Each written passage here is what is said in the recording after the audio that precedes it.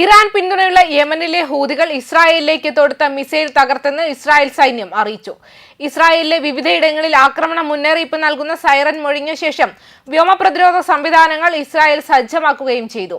Iran പിന്തുണയുള്ള യമനിലെ ഹൂതികൾ വെള്ളിയാഴ്ച രാത്രി ഇസ്രായേലിലേക്ക് തൊടുത്തുവിട്ട ബാലിസ്റ്റിക് മിസൈൽ വ്യോമ പ്രതിരോധം തകർത്തതായി ഇസ്രായേൽ പ്രതിരോധ സേന അറിയിച്ചത്.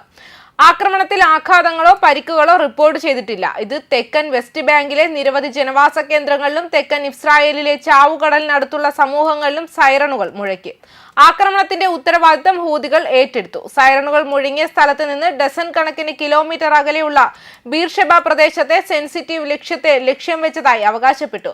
ബുധനാഴ്ച രാത്രി തൊടുത്ത മിസൈൽ രാജ്യത്തിന്റെ അതിർത്തിക്ക് പുറത്ത് പരാജയപ്പെട്ടതിനെ തുടർന്ന് കഴിഞ്ഞ 3 ദിവസത്തിനുള്ളിൽ ഹൂതികൾ ഇസ്രായേലിലേക്ക് വിക്ഷേപിക്കുന്ന രണ്ടാമത്തെ ബാലിസ്റ്റിക് മിസൈലാണിത്. IDF ആ വിക്ഷേപണം തിരിച്ചറിഞ്ഞു. പക്ഷേ മിസൈൽ ഭീഷണി ഉയർത്താത്തതിനാൽ ഇസ്രായേലിൽ സൈറണുകൾ മുഴങ്ങിയില്ല. ഇറാൻ പിന്തുണയുള്ള സംഘം ഇസ്രായേലിനെതിരെ തുടർച്ചയായ ആക്രമണങ്ങൾ നടത്തുന്നതിന് മറുപടിയായി തിങ്കളാഴ്ച യമനിലെ ഹൂതി നിയന്ത്രണത്തിലുള്ള ഹൊദൈദ തുറമുഖത്ത് ഇസ്രായേൽ വ്യോമസേനയുടെ ഡ്രോണുകൾ ആക്രമണം നടത്തി.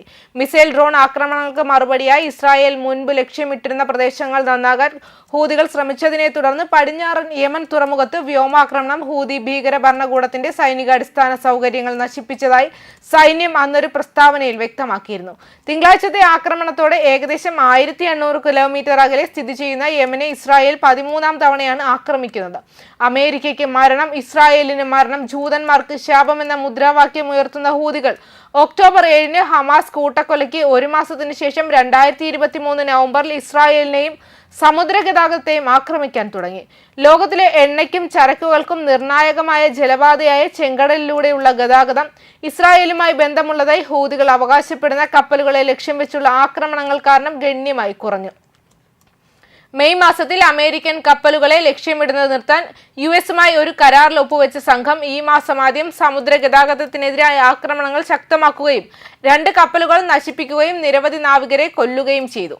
അതേസമയം 2025 ജനുവരിയിൽ ഇസ്രായേലും ഹമാസും തമ്മിൽ വെടിനിർത്തൽ കരാർ നിലവിൽ വന്നപ്പോൾ ഹൂതികൾ വെടിനിർത്തൽ നിർത്തി. ആ സമയം അവർ ഇസ്രായേലിന് നേരെ 40-ലധികം ബാലിസ്റ്റിക് മിസൈലുകളും ഡസൻ കണക്കിന് ആക്രമണ ഡ്രോണുകളും ക്രൂയിസ് മിസൈലുകളും പ്രയോഗിച്ചിരുന്നു. 2024 ജൂലൈയിൽ ടെൽ അവീവിൽ ഒരു സിവിലിയൻ കൊല്ലപ്പെടുകയും നിരവധി പേർക്ക് പരിക്കേൽക്കുകയും ചെയ്തതുൾപ്പെടെ യമനിൽ ഇസ്രായേലിന്റെ ആദ്യ ആക്രമണം.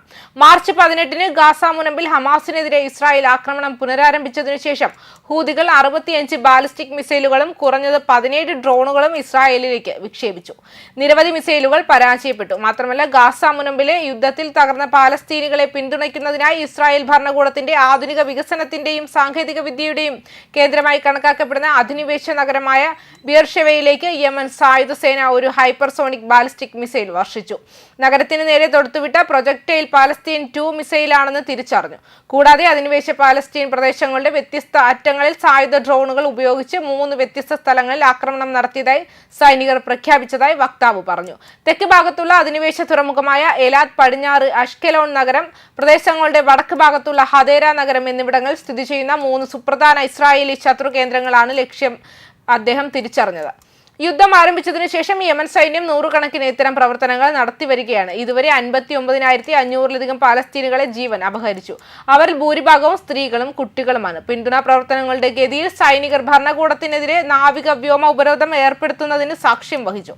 അധിനിവേശ പ്രദേശങ്ങളിലേക്ക് പോകുന്ന ഇസ്രായേലി കപ്പലുകളെയോ ലക്ഷ്യമിട്ടാണ് നാവിക ഉപരോധം നടത്തുന്നത്. അതേസമയം വ്യോമ ഉപരോധത്തിന്റെ ഭാഗമായി ഭരണകൂടത്തിന്റെ ഏറ്റവും പ്രധാനപ്പെട്ട വിമാനത്താവളങ്ങളായ ബെൻ ഗുരിയോണിലേക്ക് സൈന്യം ബാലിസ്റ്റിക് മിസൈലുകളും ഡ്രോണുകളും നിരവധി തവണ വിക്ഷേപിച്ചിട്ടുമുണ്ട്.